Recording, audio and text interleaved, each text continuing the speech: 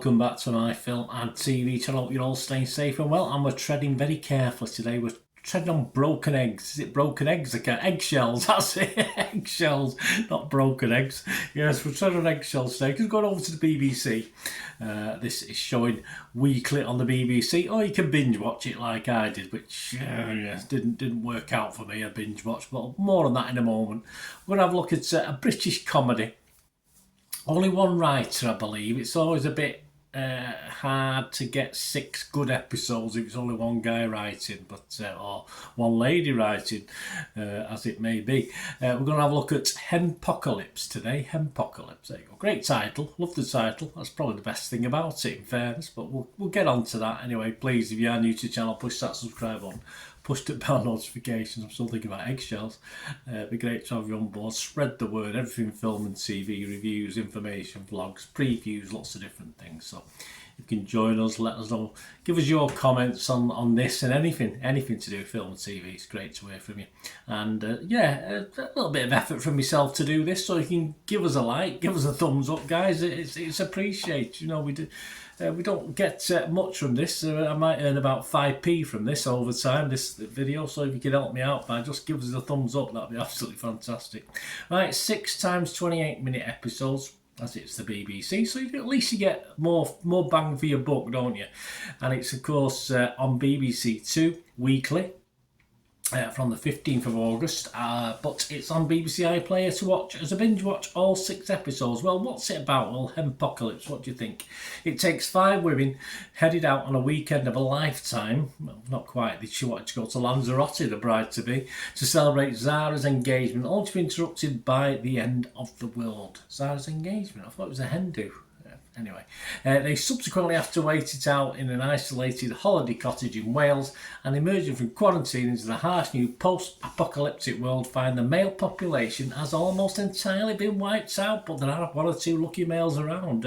Well, should be lucky, but it doesn't really work out like that. This stars Lucy Shorthouse, Callie Cook, Elizabeth Beddington, Kate O'Flynn and Lauren O'Rourke in the main roles. I like the characters, I like the actors, I like the characters, no criticism there. What are the critics saying though? There's not much around because I'm watching this literally before there's too much information. David Craig from the Radio Times, he said it's totally daft but unashamedly so. But it's a comedy, it's supposed to be, and there's a lot of fun to be had for those willing to go along for the ride. Yes, okay, yeah, I'll get on that in a minute. Rebecca Nicholson from The Guardian said it was a big, robust comedy, which isn't for the faint-hearted. I don't think there's anything faint-hearted about it. It was the Times critics' choice. They said the show was coarse, immoral and seriously funny. Bring on series 2. Yeah, we'll have more of that in a moment as well. Francis Taylor for the Radio Times also said it was bold, brash and a lot of fun. And the Daily Telegraph said it's all very positive, this, isn't it, for a BBC production. The Daily Telegraph called it gleefully broad and raucously entertaining. And Rachel Cook in the New Statesman, well, she didn't like it really. She called the comedy on the show relentlessly laboured, full of faux feminist puerility. Well, I feel that was a hen party's liking. So I've not been on a hen party, but I've certainly seen the goings on real hen parties, and it is very scary stuff. It really is very scary from a man's point of view. What about the scores? Well, we've only got Internet Movie Database. There's 42 scores left, and on the basis that people connected with this series might have gone on and put 10 out of 10s on, which I always work on the basis of. With 42, it'll be slightly skewed at a high level, but it's only getting 5.4 out of 10, so I expect that to drop just a little bit as reviews come in over time. Despite all that credibility from the critics, they seem to love it, but the public, not so much. Am I the public? Yes, I think I am. All right, I'm being a critic if you like, but I still consider myself one of the public. I do this because I love doing it, I enjoy it. Enjoyed movies and films and TV since I was knee-high to a grasshopper, or I was treading on eggshells or something like that anyway. But it is incredibly hard. I was reading a little write-up on this, and it's really incredibly hard to fill 6 episodes with comedy. and entertainment with just the one writer. It usually works best with a couple sort of rubbing against each other. You think of the great comedy writers of the past, it's always two names, isn't it? At least two names. So this, sadly, as a series, doesn't really disprove this as a one writer. It's a hell of a task to take on. But if this one writer had actually cut the cloth and actually gone perhaps for a film, a 90-minute film, which is probably half the time, of course, instead of the 6-episode series, I think there was elements in here that could have made it work and good fun, because the 6 episodes don't always hit the spot. Each episode has got some okay bits in it, some good bits, and some filler, and that's all it is, filler. But as a binge watch, which I did, it did struggle. I think it's one of these better to watch on a weekly basis rather than binge watch it. It just doesn't gel. And as I said, if they took the 6 times 28 and turned it to a 90-minute, 105-minute film, I think it would have been okay. I think it would have been a lot better than I think, anyway. The cast and the characters, as mentioned before, are okay.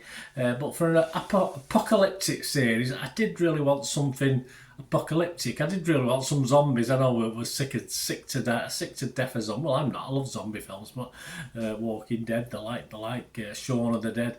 But I just wanted something like that. I just did feel that I missed something like that to spice things up a bit. It got all a little bit mundane, like two gangs of women basically setting off against each other. It was just a bit silly and a bit boring at times. And of course, once we got through episode 1 or 2, the newness of it, you needed something extra added, and nothing really was, unfortunately. One thing that did come into it, which made this give it a score, certainly encouraged me to give it a score, was I'm not a big Danny Dyer fan. I'll admit that. I hate EastEnders with a passion. But Danny Dyer as such, I think his comedy stuff is excellent when he does comedy. As a serious actor, yes, we'll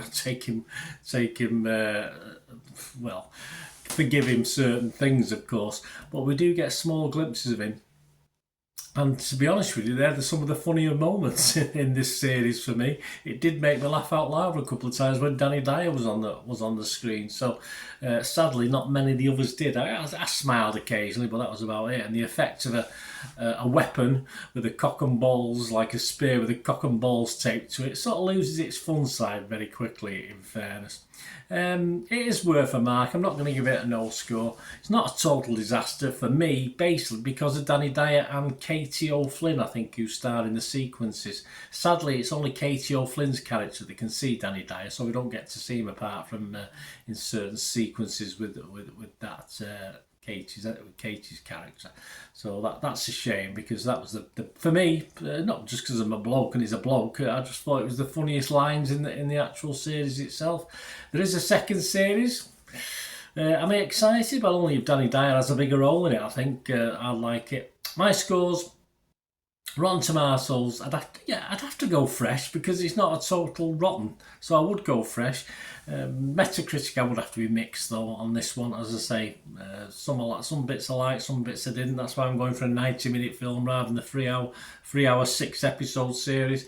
And Internet Movie Database, as I said, I'm going to give it a score, but I'm going to give it my lowest score I can before I don't give it a score, and that's 5 out of 10. So I'll give this 5 out of 10. Let me know what you think, guys. So I'm not far off to what Internet Movie Database is at the moment, and I think that 5.4 out of 10 at the moment will probably fall rather than rise. So I think I'm going along with most of the public on this, and yet, as I said, some of the critics seem to like it. Some of the early critics, anyway. Let's see. But the Radio Times critics, there's a couple of them, isn't there? Perhaps the fact it's a Radio Times, they may be a little bit biased, might they? So I don't think we can read too much into that. Thanks for watching, guys. Until we meet again, that's one thing, don't I? Please stay safe, everyone. Bye for now.